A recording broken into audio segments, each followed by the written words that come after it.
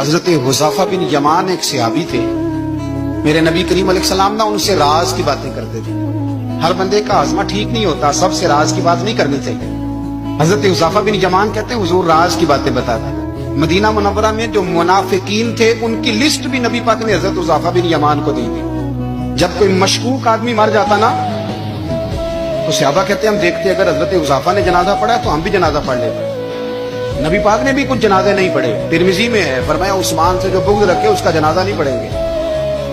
حضرت حذیفہ بن یمان اگر جنازہ پڑھتے تو لوگ پڑھتے، وہ نہ پڑھتے تو لوگ جنازہ نہ پڑھتے۔ حضرت حذیفہ بن یمان کہتے ہیں جناب عمر فاروق کی خلافت کے آخری ایام تھے، کچھ دنوں کے بعد وہ شہید ہو گئے۔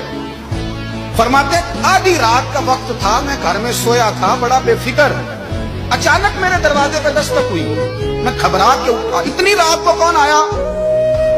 قربان جاؤں دروازے پہ گیا تو امیر المومنین فاروق اعظم دروازے پہ۔ میں نے کہا عمر کوئی حکم تھا تو مجھے بلا لیتے۔ کہنے لگے میں نا امیر بن کے نہیں آیا، تیرا ویر بن کے آیا ہوں۔ امیر المومنین کی حیثیت سے سرکاری کام سے بلاتا تو وہاں بلاتا، مجھے ایک ذاتی کام پڑ گیا۔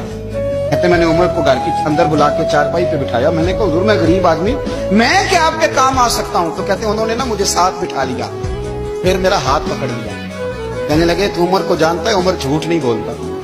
تو جانتا ہے؟ عمر وعدوں کا پکا ہے۔ کہا حضور جانتا ہوں، اس وقت آیا ہوں جب دیکھ بھی کوئی نہیں رہا۔ حضرت حذیفہ بن یمان کہتا ہوں پریشان ہو گیا، حضور پہلیاں نہ بجھوائے، مہربانی کر بتائیں کدھر آئے ہیں؟